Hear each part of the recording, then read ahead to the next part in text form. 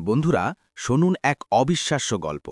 একজন অটল IPS madam গোপনীয়তার পর্দা উড়িয়ে ইউনিফর্ম খুলে ফেলেন এবং এক সাধারণ যাত্রীর ছদ্মবেশে রেলপথে নামেন।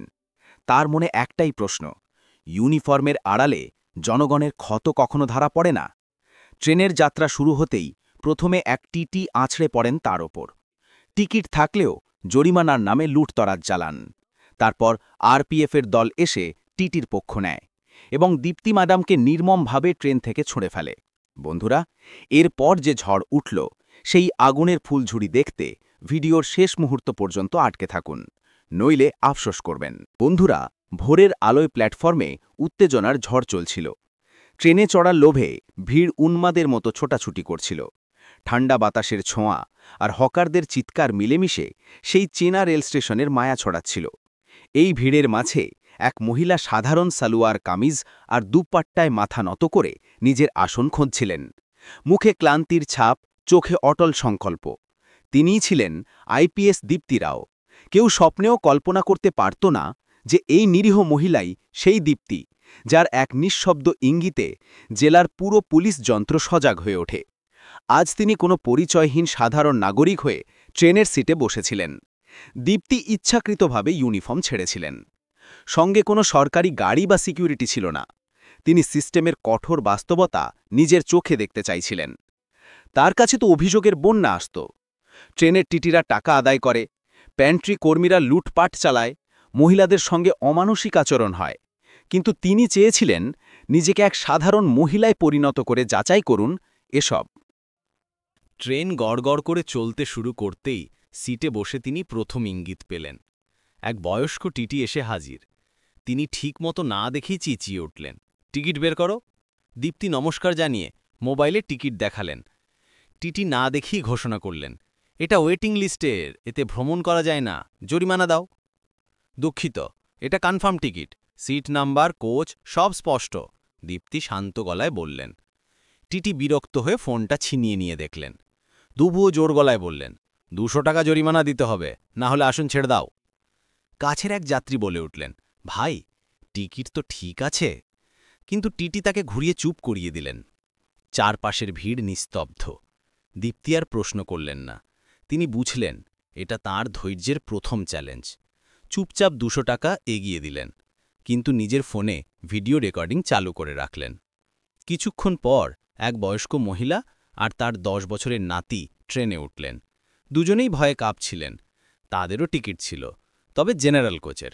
খালি সিটে বসতে গেলেই সেই টিটি ছুটে এলেন, নেমে পড়ো নিচে, এখানে বসার নয়, টাকা দাও বা স্টেশনে তুলে দেব। বৃদ্ধা কাঁদতে কাঁদতে বললেন, বাবা, ছেলেটা তো ছোট, মাত্র 1 রাতের পথ, ভাড়া নিয়ে নাও। ভাড়া? ঘুষ বলে এটাকে। টিটি হাসতে হাসতে তাদের প্যাকেট ছুঁড়ে ফেললেন। ছেলেটা কেঁদে ফেলল। এ দৃশ্য দীপ্তির সহ্য সীমা অতিক্রম করল। তিনি লাফিয়ে উঠলেন এবং রেকর্ডিং চালিয়ে বললেন, আপনার নাম কি? টিটি চমকে উঠলেন, তুমি কে যে জিজ্ঞেস করছ? এটাই তো প্রশ্ন, দীপ্তি বললেন। যখন সাধারণ নাগরিক জিজ্ঞাসা করে তখন তোমাদের উত্তর দেওয়ার অভ্যেস নেই। সেই মহিলা আর শিশুটি থর থর করে কাঁপছিল। দীপ্তি তাদের পাশে বসালেন, জল খাওয়ালেন। কয়েক যাত্রী সমর্থন করলেন, দিদি ঠিক বলছেন, এ টিটি সবসময় টাকা নেয়। টিটির আগে ফুসতে ফুসতে চলে গেলেন, কিন্তু যেতে যেতে হুঁশিয়ারি দিলেন, এক্ষুনি আরপিএফ ডেকে তোমাকে শিক্ষা দিব। দীপ্তি মৃদু হাসলেন। সিস্টেমের সঙ্গে লড়াই তো শুরু হয়েছে। এটা ছিল প্রথম ইঁট, পুরো প্রাচীর ভাঙানো বাকি। তিনি রেল হেল্পলাইন 139-এ কল করলেন, প্রমাণসহ অভিযোগ দায়ের করলেন। গলায় কোনো কম্পন ছিল না, না রাগ না ভীতি, শুধু এক অটল দৃঢ়তা যা আসন্ন ঝড়ের ইঙ্গিত দিচ্ছিল। ট্রেন নিজস্ব গতিতে এগোচ্ছিল, কিন্তু এখন এ যাত্রা শুধু ডেস্টিনেশনে পৌঁছানোর ছিল না, এটা ছিল ন্যায়ের কাছে পৌঁছানোর যাত্রা। রাত প্রায় 10টা অতিক্রান্ত। ট্রেন টাইম টেবিল থেকে কয়েক মিনিট লেট। পরবর্তী বড় স্টেশনে থামার প্রস্তুতি। কোচে হালকা ঘুমের শব্দ ছড়াচ্ছিল, কিন্তু দীপ্তির রাওর চোখে ঘুমের ছিটে ফোটাও ছিল না। তিনি সিটে বসে সজাগ, কানে ইয়ারফোন, কিন্তু দৃষ্টি প্রতিটি গোলমালে। তিনি জানতেন টিটির হুমকি ফাঁকা নয়। স্টেশন পৌঁছতেই 3 জন দ্রুতপদে উঠলেন, 2 জন আরপিএফ জওয়ান আর সেই টিটি। ট্রেন স্টপ করা মাত্র তারা সোজা দীপ্তির দিকে। তুই সেই অভিযোগকারী? এক জওয়ান চিৎকার করে জিজ্ঞেস করলেন। দীপ্তি সংযত স্বরে বললেন, হ্যাঁ, আমি অভিযোগ করেছি। ভিডিও আছে, টিকিট বৈধ। তোমরা নিয়ম ভঙ্গ করেছ। খুব জ্ঞানী হয়েছে, দ্বিতীয় জওয়ান বললেন, এবং হাত দীপ্তির কাঁধে রাখলেন। হাত সরাও, এটা অবৈধ, দীপ্তি দৃঢ় গলায় বললেন। কিন্তু পরক্ষণেই এক জোরালো চর পড়ল তার গালে। চারপাশের যাত্রীরা হতবাক, কেউ বুঝতে পারল না কি ঘটছে। তুই সেই সিস্টেম শেখানোর ফেরেব? এক জওয়ান গর্জে উঠলেন, বার করে এটাকে ট্রেন থেকে। দীপ্তি এক প্রহরের জন্য স্তম্ভিত। তিনি, যিনি বছরের পর বছর আইন রক্ষা করেছেন, আজ তাদের হাতে অপমানিত। কিন্তু মন ভেঙে যায়নি। তিনি জানতেন, এ লড়াই বাইরের নয়, সিস্টেমের ভিতরের। দুজন জওয়ান তাকে সিট থেকে টেনে নামানোর চেষ্টা করলেন। মানা করায় জোর জবরদস্তি শুরু। একজন দোপাট্টা টানলেন, অন্যজন ব্যাগ ছড়ে দিলেন। যাত্রীরা কিছু বলছিলেন না, তাদের চোখে শুধু ভয়। তখন এক বৃদ্ধ বলে উঠলেন, এ মহিলা তো একা, ওর কি অপরাধ? চুপ কর বুড়ো, না হলে তোকেও নামাবো, জওয়ান ধমক দিলেন। দীপ্তিকে জোর করে ট্রেন থেকে নামানো হলো। স্টেশনের গেট শেষ হয়ে যাচ্ছিল, তবু প্ল্যাটফর্মে ধাক্কা মেরে ফেলা হলো। ট্রেন ছেড়ে দিল। সঙ্গে ছেড়ে গেল সাধারণ মানুষের নীরবতা, যারা বছরের পর বছর সহ্য করে এসেছে, কিন্তু আওয়াজ তুলতে ভয় পায়। দীপ্তি প্ল্যাটফর্মে পড়লেন, কিন্তু ভেঙে যাননি। ঠোঁট ফেটে রক্ত পড়ছে, হাত থেকে রক্ত ঝরছে, কিন্তু চোখে আগুন জ্বলছে। তিনি ফোন বের করলেন, ক্যামেরা চালু করে রেকর্ড করতে করতে বললেন, আমি দীপ্তি রাও, ভারতের এক নাগরিক। আজ ইউনিফর্মধারীরা শুধু এই অপরাধে আমাকে মেরেছে কারণ আমি দুর্নীতির বিরুদ্ধে কথা বলেছি। আমি এখনও পরিচয় দিইনি, কিন্তু এখন সময় এসেছে। তারপর আইডি কার্ড ক্যামেরায় দেখালেন। আমি আইপিএস অফিসার। এখন দেখি সিস্টেমে কতটা সততা বাকি। এ লড়াই শুধু আমার নয়, প্রত্যেক একা মহিলার, যার উপর চাপ দেওয়া হয়। রাত অন্ধকার, কিন্তু তার চোখের আলো নতুন ভোরের প্রতিশ্রুতি দিচ্ছিল। দীপ্তি এখন একা ছিলেন না, তার সাথে সত্য, যা কোনো ইউনিফর্মের চেয়ে শক্তিশালী। স্টেশনে লোক জমতে শুরু করল, কেউ কেউ ভিডিও করে ফেলেছে। সোশ্যাল মিডিয়া তার ক্লিপ ভাইরাল হতে লাগল। সেই রাতের স্টেশন যুদ্ধক্ষেত্রের মতো। আইপিএস দীপ্তি রাওর মুখ ফুলে উঠেছে, ঠোঁট ফাটা, কুর্তা ধুলো মাখা, কিন্তু চোখে ভয় নেই, শুধু আগুন। সেই ভিডিও ঝড় তুলেছে, লক্ষ লক্ষ শেয়ার হচ্ছে, #জাস্টিস ফর দীপ্তি ট্রেন্ড শুরু। কিন্তু এসব তার জন্য আবেগের সহজ নয়। স্টেশনের কোণে বসে দীপ্তি বারবার আইডি দেখছেন, নিজেকে প্রশ্ন করছেন, এদেশে এক মহিলা অফিসারও নিরাপদ নয় যখন সিস্টেমকে চ্যালেঞ্জ করে। স্টেশন মাস্টার এলেন, ম্যাডাম, এসব দেখে খুব দুঃখিত, আমরা জানতাম না আপনি। দীপ্তি কথা কেটে বললেন, আপনাকে জানা দরকার ছিল না আমি কে, শুধু জানা উচিত ছিল এক মহিলা যাত্রীর সাথে কি হচ্ছে। স্টেশন মাস্টার লজ্জায় চলে গেলেন। দীপ্তি সোজা রেল মন্ত্রণালয়ে কল করলেন, নিজের অফিসার বন্ধুদের নয়, সেই সাধারণ অভিযোগ সিস্টেমে যার উপর নাগরিক ভরসা করে। তিনি এ কেস নিজের পথ থেকে নয়, সাধারণ নাগরিকের মতো লড়বেন। কোনো সুবিধা নেব না, তিনি প্রতিজ্ঞা করলেন। কয়েক ঘণ্টায় রেল বোর্ডের সিনিয়ররা সক্রিয়, কিন্তু দীপ্তি শুধু তদন্ত চাই নয়, ন্যায় চাই, যাতে কোনো মহিলা আর অন্ধকার স্টেশনে অপমানিত না হয়। ভোরের আলোয় দীপ্তি আবার ট্রেনে উঠলেন না, সেই শহরেই রয়ে গেলেন। ছোট লজে রুম নিলেন। এখন তিনি সিস্টেমকে ভিতর থেকে চ্যালেঞ্জ করবেন। দীপ্তি লোকাল এনজিও, মহিলা সুরক্ষা গ্রুপ আর আরটিআই কর্মীদের সাথে যোগাযোগ শুরু করলেন। মিডিয়া ব্রিফিং ডাকলেন, যেখানে বললেন, আমার সাথে যা হয়েছে তা অফিসারের সাথে নয়, এক মহিলার সাথে। আমি চাই না এ কেস পদের জোরে মিটুক, চাই দেশ দেখুক সিস্টেমের সাথে লড়াই কিভাবে হয়।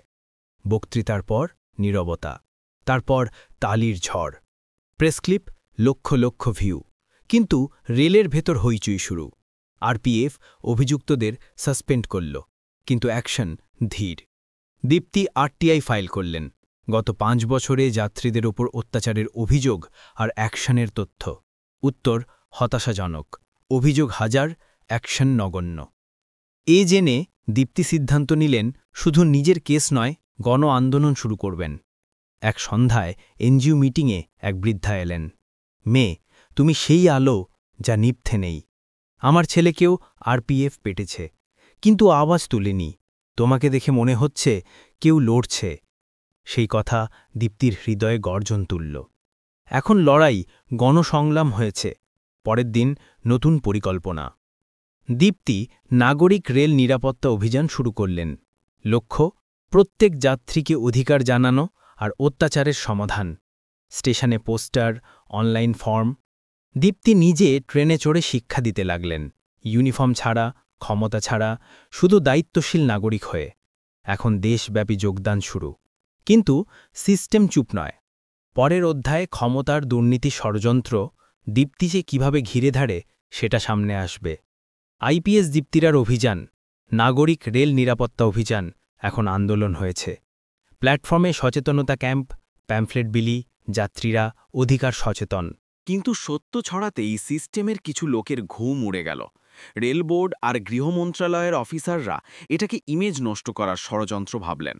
বুঝতে পারলেন না এক মহিলা কিভাবে এত ঢেউ তুলল। দীপ্তির বিরুদ্ধে ষড়যন্ত্র শুরু।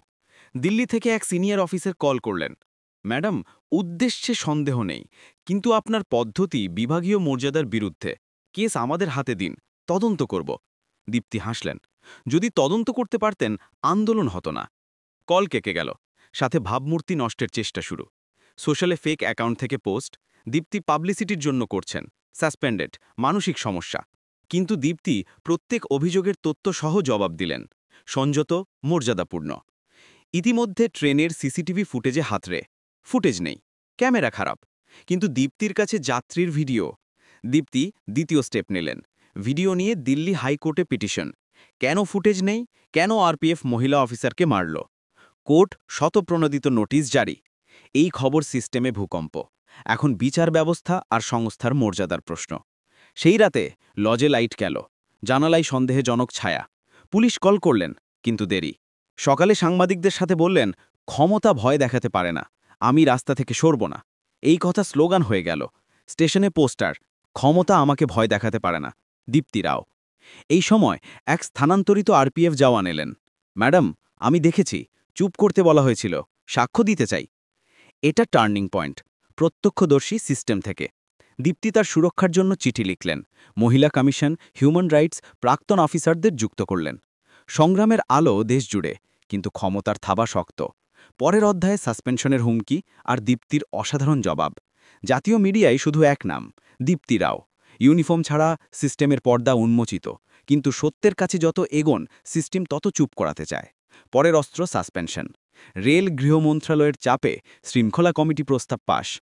দীপ্তি রাও অনুমতি ছাড়া প্রেসমিট, রেলের ইমেজ নষ্ট, সোশ্যাল অ্যাক্টিভিটি, তাৎক্ষণিক সাসপেনশন। দীপ্তি চিঠি পেলেন যখন গ্রামের মহিলাদের ট্রেন রুল শেখাচ্ছিলেন। এক ছোট মেয়ে বলল, দিদি, ভয় পেলে আমাদের কে বাঁচাবে? সেই নির্দোষ কথা আগুন জ্বালালো। সন্ধ্যায় ভিডিও মেসেজ, আমি অফিসার নই, নাগরিক। অন্যায় নাগরিক জাগে, তারপর অফিসার। সাসপেনশন কর্তব্য থেকে দূরে রাখতে পারে না, লড়াই জনতার আদালতে নিয়ে যাব। ভিডিও তুফান তুলল। Hashtag stand with Dipti trend. ছাত্র, মহিলা, বৃদ্ধ, প্রাক্তনরা এক। দীপ্তি প্রতীক হয়ে উঠলেন। কিন্তু ভেতরে ভয়ের লড়াই। রাতে হোটেলে চিঠি হাতে অতীত স্মৃতি। ট্রেনিংয়ে কনস্টেবল বলেছিল, ভয় সবার লাগে, পার্থক্য কেউ ভয় সত্ত্বেও এগোয়। সকালে উকিলের সাথে দেখা, সাসপেনশন কোর্টে চ্যালেঞ্জ। কিন্তু আদালত দীর্ঘ। দ্বিতীয় পথ, আরটিআই আর জনতা। সিসিটিভি খারাপের অর্ডার কপি, আরপিএফ ম্যানুয়াল, মহিলা গাইড, মোতায়েন রেকর্ড চাইলেন। জনতাকে আহ্বান, ট্রেনে অন্যায় দেখেছেন, মেল করুন। সব আওয়াজ এক করে কেস বানাবো, সবার জন্য। হাজার মেল এলো, ভিডিও, অডিও, সাক্ষ্য। এখন পুরো দেশের আওয়াজ। এক বৃদ্ধ রেলকর্মীর চিঠি, বেটি, ৩০ বছর সেবা, তোমার মতদের জন্য ঘুষ নেই, তুমি একা নও। চিঠি পড়ে চোখ ভিজল। দুর্বলতা নয়, সাহসের জল। দীপ্তি নতুন টার্গেট, রেলে মহিলা সুরক্ষার জনরিপোর্ট। পিএমও, মহিলা কমিশন সুপ্রিম কোর্টে পাঠাবেন। অনলাইন পোর্টাল শুরু, www.railsurokshammission.com, যেখানে অভিযোগ দাখিল। কয়েকদিনে 10,000+ অভিযোগ। মিডিয়ায় ডিবেট, ইউনিফর্ম নাকি কর্তব্য বড়। তখন সিস্টেমে নতুন চাল, অসদাচরণ, রাষ্ট্রবিরোধী অভিযোগে তদন্ত। কিন্তু দীপ্তির কাজ থামবে না। স্টেশন থেকে ছুঁড়ে ফেলা, সাসপেনশনের নীরবতা, ষড়যন্ত্র দীপ্তিকে ভাঙেনি, শক্ত করেছে। এখন চেয়ারের ওপর নয়, জনগণের সমর্থনে নয়াদিল্লির ওপেন অডিটোরিয়ামে জনতার আদালত, না উকিল না জজ, শুধু সাধারণ মানুষ, ভুক্তভোগী, মিডিয়া। মঞ্চে লম্বা টেবিল, দীপ্তি মাঝে। আজ ফাইলে চাপা আওয়াজ শুনব, উদ্বোধনে বললেন। প্রথম বিহারের মহিলা, প্যান্ট্রি লুট, হুমকি। দ্বিতীয় ছাত্রী, রাতের ট্রেনে একা বলে সিট চেঞ্জ, চিৎকার। বৃদ্ধ, পুরনো রশিদে ভুয়া চার্জ। তারপর রাজিয়া বেগম, মেয়ে ট্রেনে নিখোঁজ। দরজা খটখটালাম, কেউ শুনল না। ফুপিয়ে কাঁদলেন। দীপ্তি হাত ধরে বললেন, আজ দেশ শুনবে। লাইভ স্ট্রিমিং, হ্যাশট্যাগ জনতা কি আদালত ট্রেন্ড। টিম সাক্ষ্য ক্লিপ রেল মন্ত্রণালয়ে আরটিআই সহ পাঠাল। চমক: ১. টিটিরা প্যান্ট্রি কমিশন। ২. আরপিএফ মহিলাদের ভয় দেখিয়ে টাকা। ৩. সিসিটিভি ইচ্ছাকৃত খারাপ। প্রাক্তন অফিসার, ৩৫ বছর সেবা, এটা বিপ্লব। শেষে ঘোষণা, প্রতি মাসে নতুন শহরে জনতার আদালত। সংসদ পর্যন্ত পৌঁছাব, সমাধান নিয়ে আসব। পরদিন ধামাপা, সিনিয়রের ট্রান্সফার, ২ আরপিএফ বরখাস্ত। রেলমন্ত্রী, পদ্ধতি অসাংবিধানিক, কিন্তু বিষয় সঠিক, তদন্ত হবে। বড় ধাক্কা, গোপন তথ্য, সিসিটিভিতে কোটি কোটি ভুয়া খরচ। দীপ্তি এগিয়ে গেলেন। মামলা দুর্নীতির, শিকড় দিল্লি থেকে জোনাল। পরের অধ্যায়ে পুরনো ফাইল দিয়ে বড় নাম ধরা আর নতুন ফাঁদ। জনতার আদালতের পর দীপ্তি রাওর নাম দেশ গর্জন। জনতা ত্রাণকর্তা ভাবল। ক্ষমতা অস্থির। রেল মন্ত্রণালয়ে বৈঠক, দীপ্তিকে চুপ করানো। কিন্তু তিনি চুপের পাত্রী নন। আদালতে গোপন সোর্স থেকে ফাইল, আরপিএফ X456, রেল সুরক্ষা ক্যামেরার ক্রয়, স্থাপন, মেইনটেন্যান্সে আর্থিক কেলেঙ্কারি। কোটি টাকা জারি, কিন্তু স্টেশনে ক্যামেরা নেই বা খারাপ। মেইনটেন্যান্সে লক্ষ লক্ষ ভুয়া কোম্পানিতে। দীপ্তি সফট কপি টিমে পাঠালেন। পড়ো না, বাঁচো। প্রতি পাতায় আশা, ইজ্জত, মরা, এটা আমাদের অস্ত্র। তদন্তে পাঞ্জাব জোনালে পৌঁছালেন। Clerk Harnam Singh, file RPF X456, জানেন? হরনাম ড্রয়ার খুলে হলুদ বান্ডিল বের করলেন। এটা স্পর্শ মানে কবর। দীপ্তি হাসলেন। মরতে নয়, বদলাতে এসেছি। ফাইলে বড় নাম, প্রাক্তন রেল রাজ্যমন্ত্রী, ৩ জোনাল জিএম, দিল্লির জয়মতী সিস্টেমস, ২০০+ স্টেশন ঠিকা, ৫০এও ক্যামেরা নেই। ভুয়া সাইন, বিল, ফটোশপ ফটো। আভাস পেয়ে অফিসাররা ফাঁদ বানাল। ভাবমূর্তি নষ্ট করো, পুরনো কেস খোলো। দীপ্তি নোটিশ পেলেন এক মহিলা কনস্টেবল মানসিক হয়রানি অভিযোগ, সেই যাকে ৩ মাস আগে দুর্নীতিতে বরখাস্ত করিয়েছিলেন। মিডিয়ায় দাপটে নাকি দোষ্টু, গুরুতর অভিযোগ। কিন্তু হ্যাশট্যাগ স্যান্ডউইথ দীপ্তি ট্রেন্ড। প্রেসে দীপ্তি, বদনামের চেষ্টা, সত্য ফাইল সুপ্রিমে জমা। টিজার ভিডিও, প্লাস্টিক বক্সকে ইম্পোর্টেড ক্যামেরা বলে ১.১০ লাখ টাকা বিল। সরকার অস্থির, ২৪ ঘণ্টায় ৩ সিনিয়র লিভ। নামহীন কল, আদালত লাগালে কবর। দীপ্তি হাসলেন, ভয় নেই জনতা সাথে। রেল দুর্নীতির প্রতিধ্বনি দেশ জুড়ে। দীপ্তি সাধারণ যাত্রী থেকে সিস্টেম চ্যালেঞ্জার। প্রমাণ, সাহস, জনতা সাথে। সুপ্রিম কোর্ট তাৎক্ষণিক শুনানি, special bench. File, video, medical, constable record পেশ। জজ, এ এক মহিলার নয়, সততা বনাম তন্ত্রের মামলা। তদন্ত আদেশ নিজে মনিটর। সিদ্ধান্তে অস্থিরতা, ৪ সিনিয়র বরখাস্ত। জয়মতীতে রেইড, নগদ নথিন জব্দ। ২ আরপিএফ গ্রেপ্তার, ইউনিট ভাঙা। কোর্ট থেকে বেরিয়ে হাজার লোক, স্লোগান, দীপ্তি লড়ো, আমরা সাথে। একজন বললেন, আপনি আমাদের আওয়াজ দিলেন, চুপ থাকব না। কয়েক সপ্তাহ পর পিএমও ডেকে নিলেন। তোমার সাহস রাস্তা দেখাচ্ছে, রেল দুর্নীতি কমিটির চেয়ার হাও। দীপ্তি, চুপ করানোর জন্য নয় তো, স্বাধীনতা মিললে নেব। পিএম হাসলেন, সত্যের ওপর ভরসা। গল্প শেষ নয়, মাস পর ছোট স্টেশনে দীপ্তি, এক গরিবা মা ছেলে। দেখো, ইনি সেই ম্যাডাম, ভয় নেই আর। ছেলে, মা, আমিও এমন হব। দীপ্তির চোখ ভিজল। ট্রেনের হুইসেল, নতুন যাত্রা, নতুন আশা, নতুন ভারত। তো বন্ধুরা, এই ভিডিওতে এইটুকু। পছন্দ হলে লাইক ভুলবেন না। লাইক আমাদের দারুণ কন্টেন্টের প্রেরণা। শেয়ার করুন বন্ধু পরিবারে, কারো সাহায্য হতে পারে। নতুন হলে সাবস্ক্রাইব, বেল আইকন টিপুন নোটিফিকেশনের জন্য। আমরা সেরা কন্টেন্ট দিতে চেষ্টা করি। কমেন্টে বলুন কেমন লাগলো। দেখার জন্য ধন্যবাদ। আপনারা পরিবার। উদ্দেশ্য তথ্য নয়, ইতিবাচক পরিবর্তন। পুরো দেখুন, শিখুন, নতুন করার উদ্যম রাখুন। হার মানবেন না, হারের পর জয়।